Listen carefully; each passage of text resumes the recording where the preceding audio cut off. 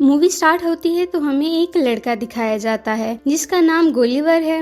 वो हमेशा ही happy mood में रहा करता है, जो कि एक कंपनी के लिए काम करता था। एक दिन गोलीवर किसी लड़के का इंटरव्यू ले रहा होता है, जिसमें वो लड़के से कुछ ऐसे सवालात करता है जो जॉब से रिलेटेड नहीं होते।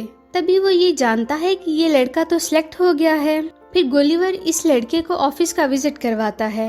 वहाँ एक और लड़की डॉर्सी भी होती है और गोलीवर इस न्यू लड़के को डॉर्सी से भी मिलवाता है। वो लड़का देखकर समझ जाता है कि गोलीवर डॉर्सी में इंटरेस्टेड है, लेकिन गोलीवर में हिम्मत नहीं होती कि वो इस लड़की से कैसे बात करे। फिर गोलीवर और न्यू एम्प्लॉय लड़का एक लिफ्ट के जरिए जा रहे होते हैं, मगर इतनी ही देर में वहाँ डॉर्सी भी आ जाती है। तो वो न्यू एम्प्लॉय इन दोनों को वहाँ अकेला छोड़कर वहाँ से चला जाता है, ताकि वो दोनों एक दूसरे से बात कर सके।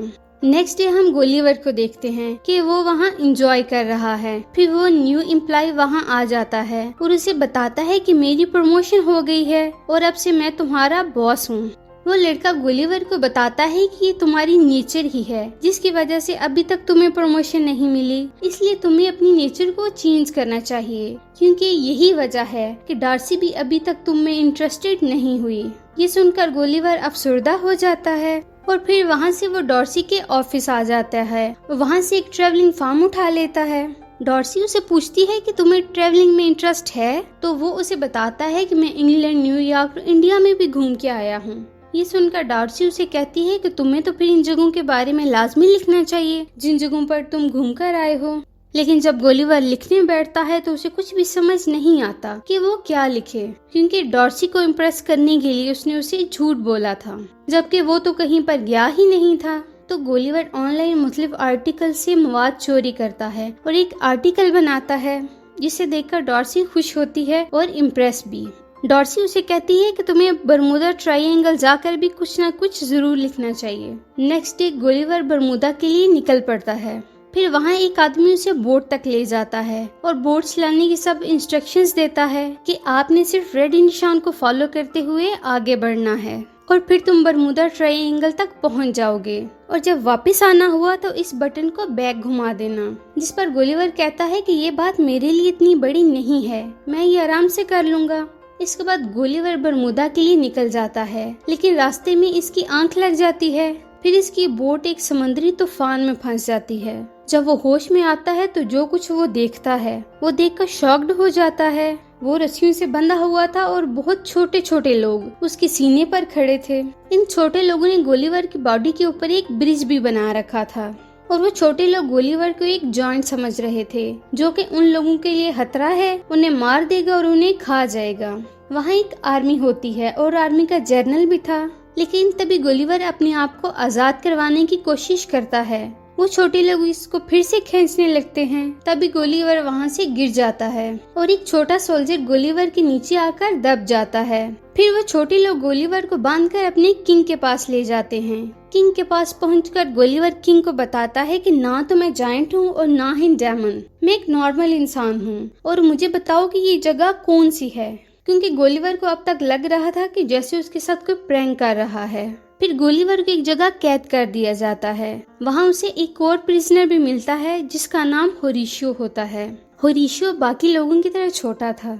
वो गोलीवर को बताता है कि मैं प्रिंसेस से बहुत प्यार करता हूँ, इसलिए प्रिंसेस के फ्यांसी यानी जनरल ने मुझे यहाँ लाकर कैद कर दिया है। और इतनी ही देर में वहाँ जनरल आ जाता है। गोलीवर जनरल को कहता है कि तुम एक बेवकूफ इंसान हो, जिस पर जनरल इसे पूछता है कि बेवकूफ का क्या मतलब है। तो गोलीवर उसे कहता है कि बेवकूफ का मतलब है सबसे बहादुर आदमी। इसके बाद जनरल खुद को बेवकूफ कहलवाने लगता है।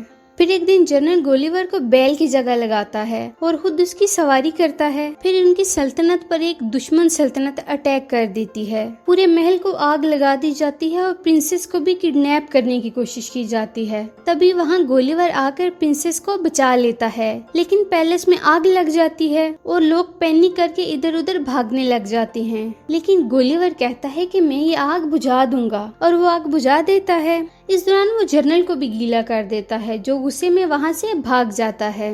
ये देखकर किंग गोलीवर से खुश होता है और उसे खाने पर इनवाइट करता है। तो वो कहता है कि मुझे ये दावत एक शर्त पर कबूल है कि होरिशियो को आजाद किया जाए। इस तरह होरिशियो भी आजाद हो जाता है। गोलीवर किंग की दावत पर होता है तो किंग उससे पूछता है कि क्या तुम रिवर से आए हो। तो वो बताता है कि नहीं, मैं तो न्यूयॉर्क से आया हूँ। वहाँ लोग उसे न्यूयॉर्क का प्रेसिडेंट समझने लगते हैं। तो गोलीवर भी बड़ी बड़ी बातें करना शुरू हो जाता है कि कैसे उसने न्यूयॉर्क के लोगों को बचाया और मैं न्यूयॉर्क का सबसे पावरफुल और इंटेलिजेंट प्रेसिडेंट हूँ। पिंक किंग कहता है कि हम बहुत जल्द तुम्हारी वोट ढूंढ लेंगे।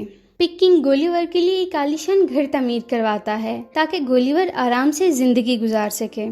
फिर हम देखते हैं कि गोलीवर और होरेशियो इस बात पर डिस्कशन कर रहे होते हैं कि आखिर प्रिंसेस को इम्प्रेस कैसे किया जाए। तो गोलीवर उसको प्रिंसेस के सामने जाकर वो कुछ करने का कहता है जो वो पीछे से छुपकर बताएगा। तो वो होरेशियो से वो सब पागलों वाली हरकतें करवाता है जो वो खुद करता रहता है, लेकिन इसके बावजूद प्रिंसेस होरेशियो से इम्प्रेस हो जाती है। उसी रात जनरल गोलीवर की बोट ढूंढ लेता है क्योंकि वो जल्द से जल्द गोलीवर को वहाँ से निकालना चाहता था।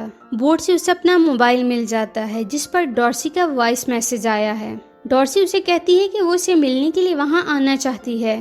फिर हम देखते हैं कि दुश्मन की किंगडम ने इनकी किंगडम पर अटैक कर दिया है। फिर होरेशियो आकर बताता है कि अब तुम हमारी किंगडम के जनरल बना दिए गए हो, इसलिए अब तुम्हें ही हमारी हिफाजत करनी है।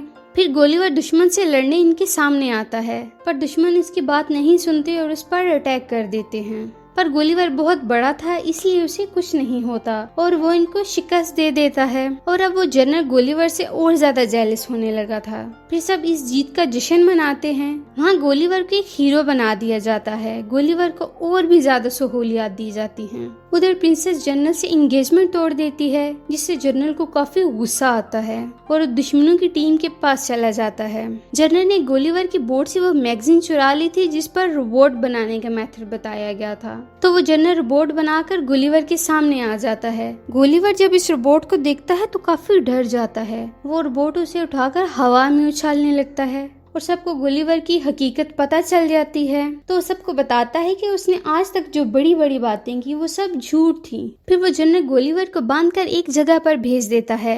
गोलीवर किनारे पर पहुंचता है तो उसे लगता है कि वो अपने जैसे लोगों के पास आ गया है, लेकिन इस बार तो वो अपोजिट जगह पर आ गया था। पहले वो अपने से छोटे लोगों में गया था, लेकिन वो अब अपने से कई गुना बड़े लोगों में आ गया था, जहाँ गोलीवर को एक बच्ची ने खेलने वाली डॉल बना लिया था। तब उसे वहाँ होरेशियो मिलता है जो उसे बताता है कि इसके एरिया में डॉर्सी उससे मिलने आई है, लेकिन जनरल किंग को भी प्रेसिडेंट बना लिया है और अब तुम ही हो जो इनकी हेल्प कर सकते हो। तब वहाँ से निकलकर गोलीवर रात को किंग के पास पहुँच जाता है। अगले दिन गोलीवर और रोबोट के दरमियान फाइट होती है। यहाँ पर रोबोट फिर से गोलीवर पर भारी पड़ता है, लेकिन होरेशियो इस दिन रोबोट ही कुछ वायर्स को काट देता है। तो ये मौका मिलते ही गोलीवर इस रोबोट को मार डालता है। इस तरह से वो लोग जीत जाते हैं। इसके बाद किंग होरेशियो और प्रिंसेस की शादी के लिए भी राजी हो जाता है और डॉर्सी भी गोलीवर की गलतियों को माफ कर देती है। तभी वहाँ जनरल आकर प्रिंसेस को पकड़ लेता है। तभी प्रिंसेस खुद को छुड़वाती है और जनरल को पंच मारती है। फिर डॉर्सी गोलीवर के पास जाती है और यहीं पर ये मूवी खत्म हो जाती है। तो दोस्तों, कैसी लगी आपको हमारी आज की वीडियो? अगर आपको हमारी वीडियो अच्छी लगी तो हमारे वीडियो को लाइक करें, शेयर करें, हमारे चैनल को सब्सक्राइब करें ताकि इस तरह की इंटरेस्टिंग वीडियोस आपको मिलती रहें।